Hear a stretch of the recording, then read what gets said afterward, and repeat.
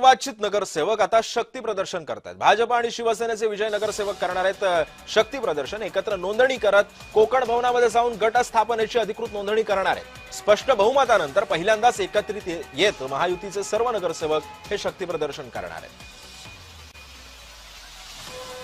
तेव्हा आपण पाहतोय सध्या कोकण भवनामध्ये गट स्थापन करणार असल्याचं बोललं जातं। अधिकृत नोंदणी सुद्धा करण्यात येणार आहे।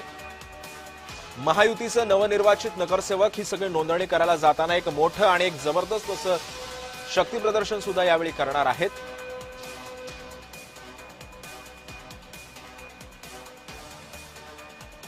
या संदर्भात अधिक माहिती जाणून घेऊयात। माझा सहकारी शुभम उमाळे सध्या आपल्या सोबत आहे। शुभम, महायुतीचे नवनिर्वाचित नगरसेवक शक्ती प्रदर्शन करतात, काय माहिती आहे?